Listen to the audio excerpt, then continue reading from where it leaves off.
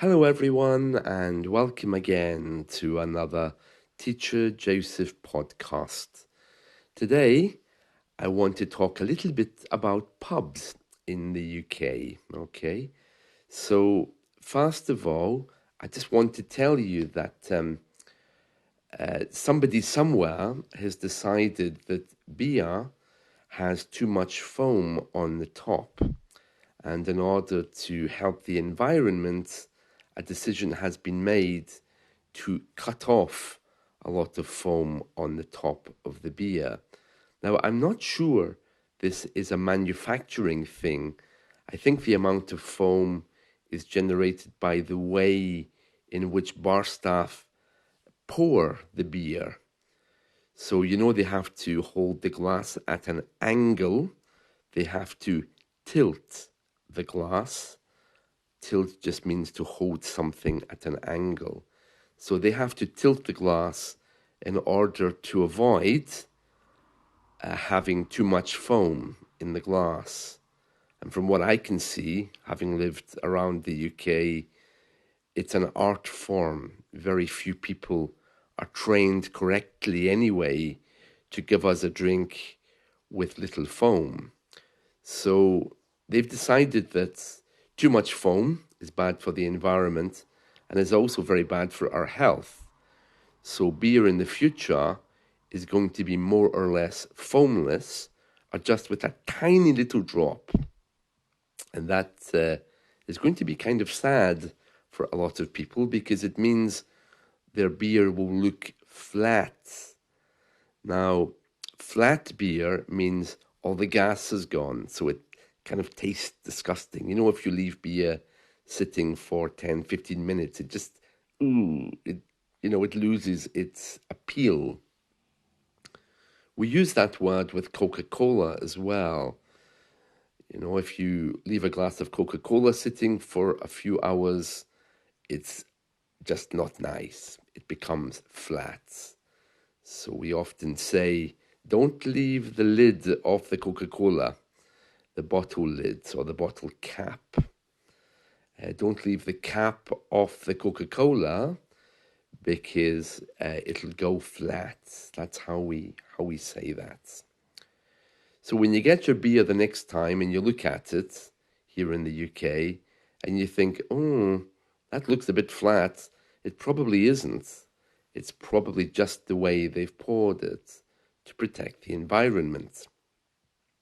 And that's quite a big thing here, protecting the environment. About pubs, well, the people who work in the pub, the man that gives you the drink, we call him the barman. And the woman who gives you the drink, we call her the barmaid. Although these days, because of political correctness, people are more and more uncomfortable calling them that. So we just refer to them as the bar staff, the bar staff. And then there's usually also a security guard at the door in a lot of UK pubs. Unlike other countries, British people, they really love drinking alone, especially older people. Now, I know that in other countries, you might think of that as being a little bit sad, but that's the way we are now. Many of us don't live in social structures, may not have too many friends, and so they go to the pub because they enjoy the atmosphere. They can read a book, read a newspaper, but they don't want to talk to anyone. In traditional pubs, you might find a man standing at the bar with a pint of beer, a glass of whiskey, a cup of tea, and maybe a hot chocolate as well. And he'll take a little sip out of each one. And you might think, that's a little bit sad, but actually it's not. It's just the way we are. British people are very strange with their social structures. There are times they want to have people around them, but there's also times that they really don't. And to drink with someone or without someone, it really doesn't matter, because in Britain, people don't appreciate the process of drinking. They just want to feel drunk or to feel the buzz that they get from the beer. So it's quite a different approach. It's the same with food. People don't eat to appreciate the beautiful food that's been prepared. They eat to fill their belly. So the process of tasting isn't so important. So that's why we don't really celebrate food. I'm aware that these days there are people like Gordon Ramsay and a few others who are helping us to understand more about celebrating food, but I don't think we do. We just want it finished so we can enjoy the buzz. As I've mentioned before in these podcasts, for Britain, it's all about winning. So if you think of a football match, for example, where Britain might be playing another team, you see British people running out, not looking at the audience, at the spectators. They're like animals. They just want to get the job finished. But if you compare that to Ronaldo, for example, I don't know who he plays for now, but let's just say for the purposes of this conversation that he's playing for a Latin country or Arabia, something like this. So he comes out, but he waves at the crowd and he wants people to enjoy what he does. So for him, it's much more important to be playing and to be enjoying the moment rather than winning, which of course is also important, but he's happy. And that's very not British. I think part of this just comes from our work ethic.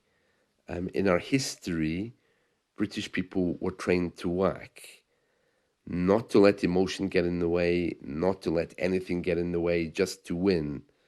And that has its advantages, but unfortunately, I think it stopped us from enjoying life.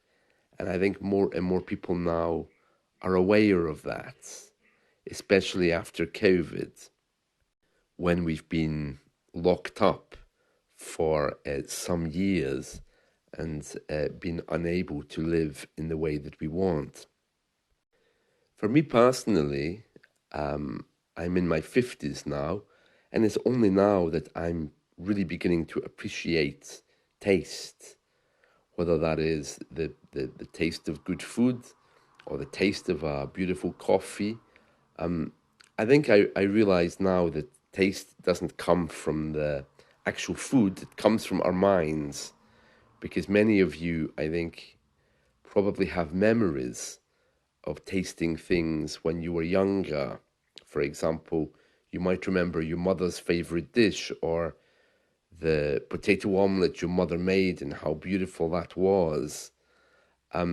We don't have those kinds of memories. I honestly can't tell you anything about what my parents cooked. I'm sure it was delicious because, of course, I spent a lot of my life eating it, but I wouldn't be able to talk about the taste of it because I didn't really taste it. I just ate it. And so it's the same with beer. Many of us in pubs don't taste it. We just want to get drunk. And that's a very British thing. It's a coping mechanism. Across the UK, there are some pubs which are huge chains, which offer food and drink in a kind of family atmosphere. But there's also other small, independently run pubs, and they're often called free houses. You might see that sign as you enter a pub. It'll have the name, let's just call it the Royal Oak, which is a common pub name. And underneath it'll say free house. I remember I used to ask my parents, why is that pub free? And they used to tell me, oh, it's not free. It's just because it's not tied to a brewery. So it can sell whatever alcohol it wants. It's a free house. So that name is very common. So a free house kind of pub will have many different types of beers compared to chains, which will have standard beers. Pubs which don't sell food often won't allow children inside.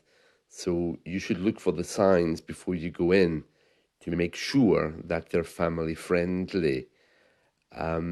Generally speaking, the bigger the pub, the more they'll be okay with kids, but they may have areas where kids aren't allowed to go. So, for example, Weatherspoons, which is one of our major pub chains here, kids aren't allowed in the upper area, and they're not allowed near the bar area either. But a small pub may just have a sign saying no entry to anybody under the age of 18. I think in America it's 21, so that's a little bit different. Another thing you need to be aware of is pubs are very sensitive with pets. So if you have a guide dog, if you're blind, in America they call those seeing eye dogs, then you should be okay. But if you're just out walking with your dog and you take him into the pub, you may well find that the pub will ask you to leave, that they don't allow pets.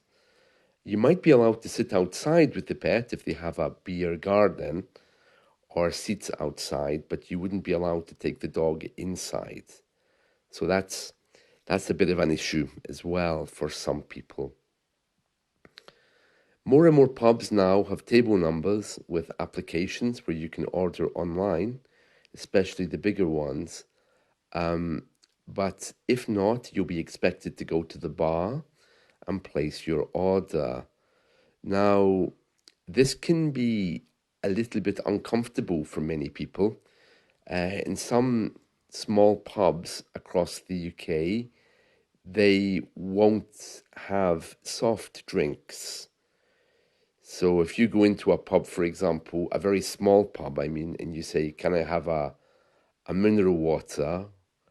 Then you might find that suddenly everyone's looking at you to say, why are you not drinking alcohol? I remember some years ago, I brought a friend to a pub. It was someone who came from another place, and we went into one of the local pubs here, and we said, excuse me, can I have a water, please?